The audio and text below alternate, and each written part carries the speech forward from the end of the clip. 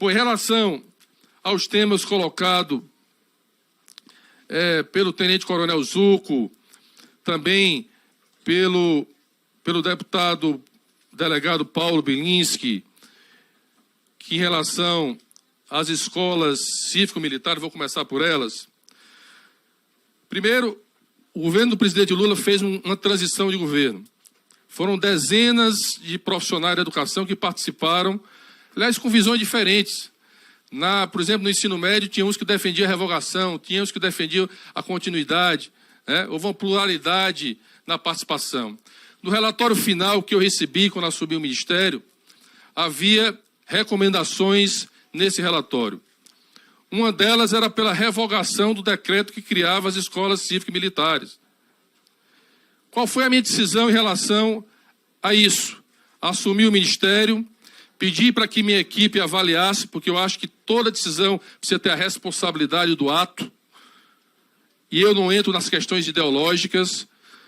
Eu faço parte de um país que é democrata, agora um governo que foi eleito com uma visão de política, de ideias do que nós defendemos em relação à educação pública, gratuita e de qualidade para o povo brasileiro. Precisa ser entendido isso.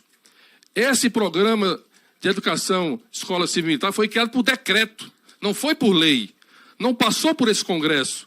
Foi uma decisão unilateral do Ministério da Educação à época. Quais os questionamentos que eu quero aqui fazer aos deputados que colocaram isso? Primeiro, que na Lei de Diretrizes e Bases, que é lei, que no Plano Nacional da Educação, que é lei, não há nenhuma menção ou estratégia de incluir as Forças Armadas na educação básica desse país. Não há menção a isso. Portanto, há um conflito normativo, que inclusive o meu jurídico, junto com a AGU, junto com a CGU, está discutindo. Porque nós estamos repassando recursos para as Forças Armadas. Recursos do Ministério da Educação estão indo para as Forças Armadas para pagar coordenadores, monitores das Forças Armadas em escolas brasileiras. Então, há um conflito normativo legal que precisa ser resolvido.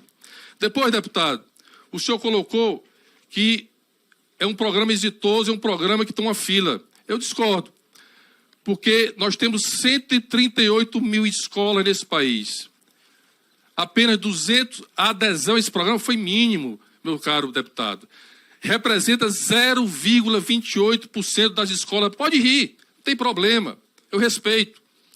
0,28%. Vocês sabem quanto recurso foi disponibilizado para os estados e municípios fazerem essa política? 98 milhões. Você sabe quantos estados e municípios gastaram? 0,24%. 0,24% do dinheiro que está lá para os estados e municípios gastarem com essa política foi executado, meu caro deputado. Só foi executado o recurso que nós passamos para o Ministério da Defesa, que inclusive há um conflito normativo legal que precisa ser resolvido.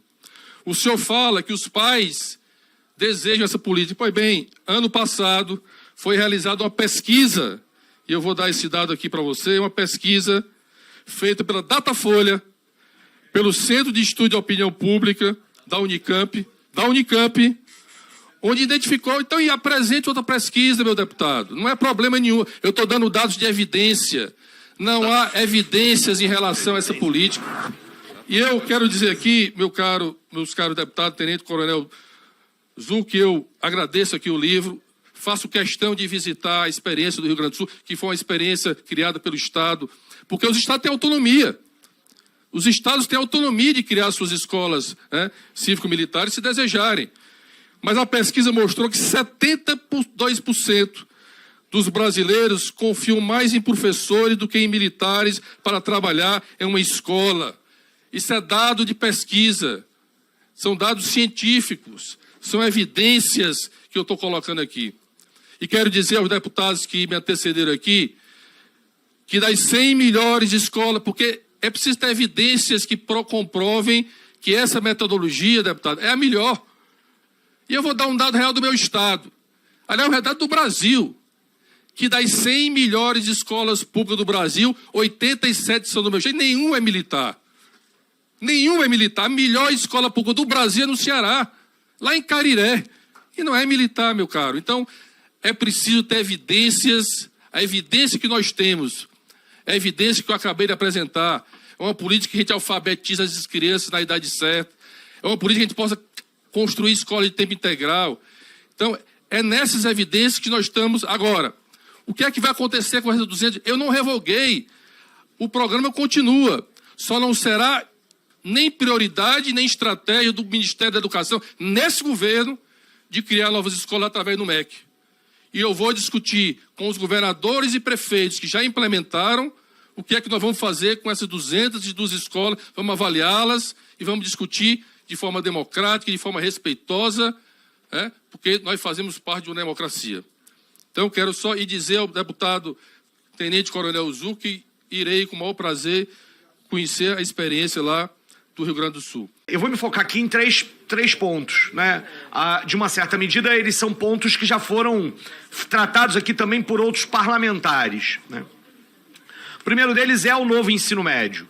Acho que nessa última intervenção agora o ministro demonstrou algo que eu acho que é importante. A ideia dos itinerários formativos parece uma boa ideia. Ou seja, ela é apresentada como algo capaz de aumentar a atratividade, de tornar as escolas de ensino médio mais criativas, menos enfadonhas, que tenham mais pertencimento ao estudante que passa pelo ensino médio. Eu sou professor de escola básica, inclusive de ensino médio, e sei o quanto isso é importante. O nosso problema, me parece, é que ao colocar esta ideia dos itinerários formativos na realidade brasileira, isso criou um problema que, de fato, está patente hoje, depois do segundo ano de implementação do novo ensino médio, depois de 2 anos de pandemia. O que acontece é que os itinerários formativos, acho que o deputado Glauber aqui lembrava, nas inúmeras cidades que só tem uma escola, nas inúmeras escolas que só vão apresentar um itinerário, na falta de recursos para que os estados implementem a possibilidade que os vários itinerários sejam apresentados, o que acontece é que a ideia dos itinerários formativos, que é central no novo ensino médio, vai ampliar o fosso entre ricos e pobres, entre brancos e negros, que a apresentação que vocês trouxeram aqui demonstra. Então, e é isso que faz com que a gente esteja dizendo revoga, ou seja, no sentido da urgência, do problema que isso está criando para os jovens que estão, de fato, cursando o ensino médio nesta realidade depois da pandemia.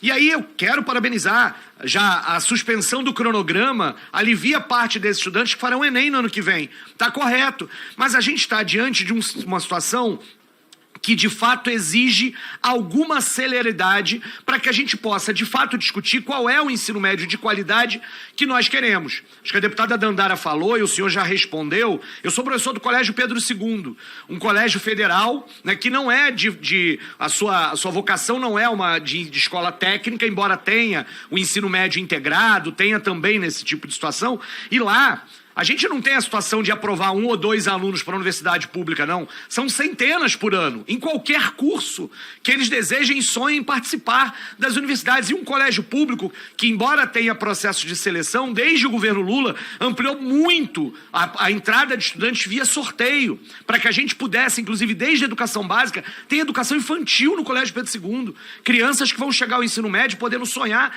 em qualquer universidade pública, independente do sistema de seleção que lá tiver. E lá tem itinerário formativo? Não. Tem currículo diversificado, tem profissional valorizado. Eu sou professor com dedicação exclusiva. Eu, para 40 horas, tinha 18 tempos em sala de aula, tinha 6 turmas para dar aula de história. Conhecia com a minha dificuldade para lembrar o nome de cada um, toda hora eu erro, mesmo assim eu sabia o nome de cada um dos meus estudantes, porque eu podia dar um atendimento personalizado para todos eles, porque eu tinha condição de sobreviver com uma única matrícula na escola. Não é preciso, outro deputado já falou isso, inventar a moda. E com essa estrutura, a escola tem resultado, dá resultado. E aqui, presidente Moses, esse é o problema no debate da questão das escolas cívico-militares.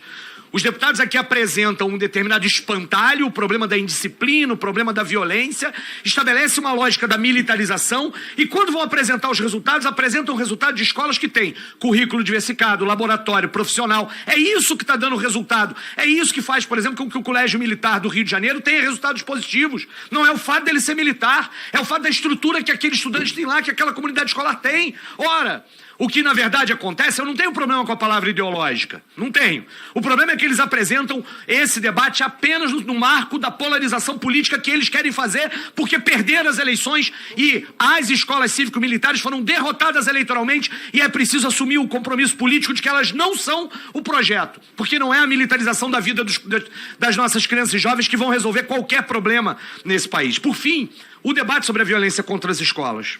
Mais uma vez, eu queria elogiar aqui. Eu acho que a solução não passa por uma medida mágica que vai resolver todos os problemas. É uma política nacional e intersetorial que envolva vários ministérios. Nesse sentido, está correta a ação do governo. Está correta a ação do governo. Eu queria dar minha contribuição aqui. Acho que a deputada Alice Portugal, a deputada Alice da Mata já citaram. Nós temos a Lei 13.935, que é a lei exatamente que institui que as escolas têm que ter equipes multidisciplinares. E não é uma por escola. É uma por um conjunto de escolas. Lá no Rio de Janeiro, por exemplo, nós temos esse sistema implantado, só que de forma absolutamente insuficiente. Você tem muitas vezes uma equipe com um psicólogo, um assistente social, um psicopedagogo, um professor, para atender 100, 200 escolas. Isso é irreal, ainda mais depois da pandemia. É preciso ampliar. O mesmo governo que está ampliando os recursos para as rondas escolares, eu não estou dizendo que isso não tenha seu efeito, precisa pensar em mecanismos de financiamento para que essas equipes possam ser implantadas por cada município, por cada estado. Isso também não é algo que vai ser semana que vem. Mas é preciso que nessa política se olhe com muito carinho para isso. Por algo que o deputado Edilvan também já citou. É preciso ter porteiro nas escolas. Ele falava, tem um secretário por escola. Tem muita escola lá no Rio que não tem nenhum secretário, né? E que não tem porteiro. E não é, e gente, não adianta, não é essa história de vamos armar os porteiros. Lá no Rio de Janeiro isso significa que eles serão inclusive abordados para que pessoas roubem as armas deles, né? E, portanto, isso não faz o menor sentido para quem vive a escola pública. Mas ter porteiro na escola, que inclusive esteja integrado à comunidade escolar, que muitas vezes é aquele porteiro que vai inclusive identificar o problema de saúde mental do aluno que está entrando lá e não é o professor da sala de aula, que está sobrecarregado com o trabalho muitas vezes. Ter esse tipo de valorização da equipe, não são só professores que vão resolver esse problema.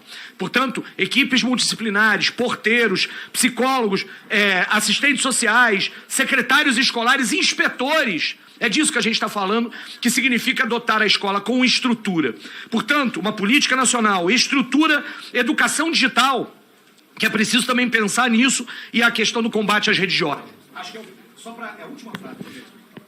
Só para não 10 fechar. segundos. Eu acho que, desse ponto de vista, o MEC está no caminho correto, mas a gente precisa avançar com medidas concretas ainda o mais rapidamente possível. Obrigado. Queria colocar uma questão inicial, ministro, que é o seguinte: eu fui o encabeçador do primeiro Plano Nacional de Educação aqui em 1998. O governo anterior não queria um plano, porque o plano é política de Estado, é 10 anos. Nós vamos para o terceiro Plano Nacional de Educação. A meta era 10% do PIB para a educação pública. Nós nunca passamos de 5,5%, 6% do PIB.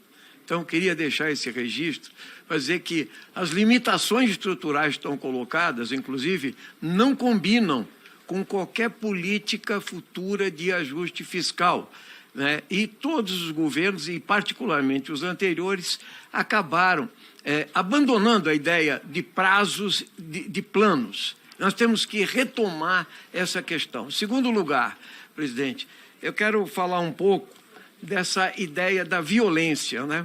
A violência nas escolas, isso que aconteceu, sempre teve violência na sociedade e violência nas escolas. O governo anterior e o bolsonarismo introduziu o componente ódio. Tem razão Chico Buarque quando diz: filha do medo, a raiva é a mãe da covardia, em Caravanas. É isso que acontece. Vossa Excelência tem toda a razão. O ódio distribuído nas redes sociais que eles querem impunes, inclusive. Todas essas questões. E todos os aspectos complexos psicossociais não são levados em consideração. Não adianta botar guarda armado, não adianta colocar metralhadoras, não adianta colocar detetor de metais. Tá, o editorial da Folha de São Paulo de hoje diz exatamente isso. Quer dizer, é o seguinte: nos Estados Unidos aumentou a violência de 21 e 22 com guardas armados e detetores de metais. Está lá escrito. Coisa que se insiste numa tese que é mais violência.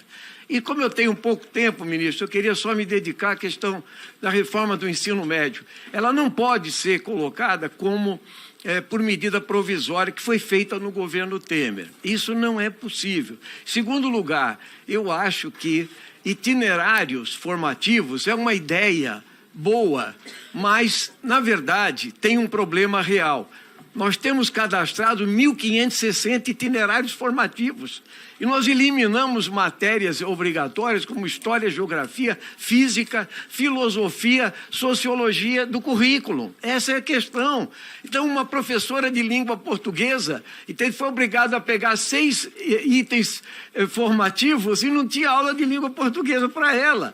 Então, o aluno... 10 segundos, deputado. É o aluno da escola pública. Isso é uma fragmentação da profissão. Por isso, nós temos que revogá-la e eu quero discutir esse calendário com Vossa Excelência. Obrigado, presidente.